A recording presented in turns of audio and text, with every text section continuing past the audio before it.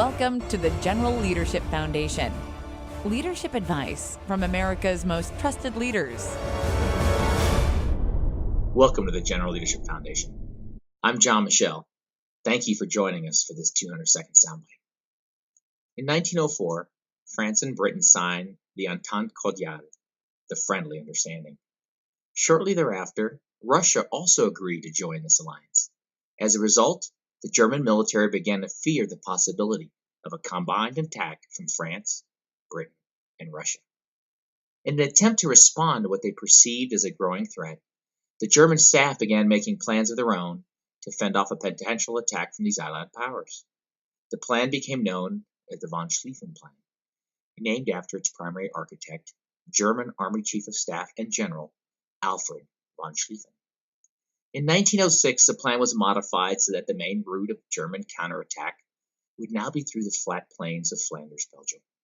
The assumption was that Belgium's small army would be unable to stop German forces from quickly entering France. This, in turn, would enable Germany to defeat France before Russia was ready to mobilize and employ all of its forces. Or so they thought. In 1914, the spark that lit the fuse for the First World War occurred when Austrian Archduke Francis Ferdinand, heir to the Austro-Hungarian throne, and his wife Sophia were assassinated while riding in a motorcade through the streets of Sarajevo. The situation quickly escalated, and by the end of August of that year, all of the major European powers, via their complex series of alliances, were pulled into the First Great War. It also set the stage for Germany to put into motion the von Schlieffen Plan. Things, however, didn't quite work out the way the Germans had planned. Instead of advancing quickly, they were held up by tenacious Belgian forces and surprised by how quickly the British Army was able to reinforce both France and Belgium. Ultimately, the Germans were stopped in France before they could reach their final destination of Paris. The war quickly became a stalemate, with both sides digging in to create a terrifying new phrase in our vocabulary, trench warfare. Most of us are familiar with the concept of trench warfare. After all, who's not seen the pictures or read the stories of men clambering out of the long lines of muddy trenches that were so common in World War I? Most of us have likely heard about the millions of men forced to assault an enemy on the other side of a space littered with barbed wire, fallen trees, and often broken bodies. Those of us who serve in the military think of the worst when we hear the term trench warfare.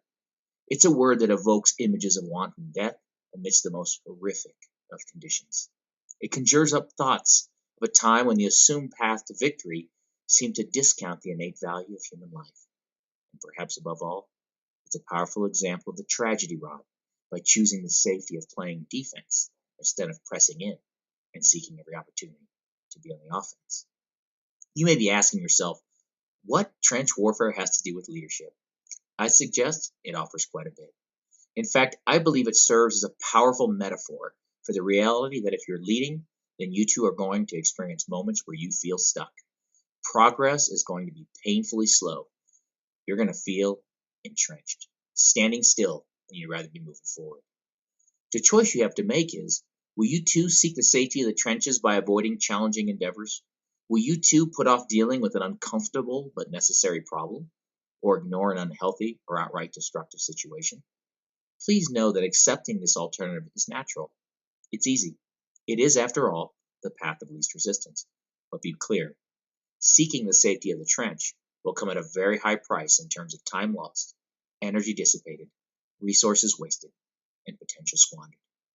On the other hand, you can decide to stand your ground. You can muster the courage to press forward when it'd be easier to fall back.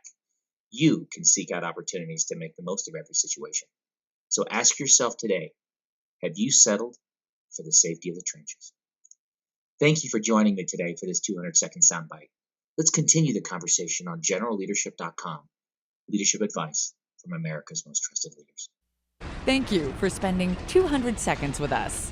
Please register at generalleadership.com to keep the conversation going. We look forward to growing with you.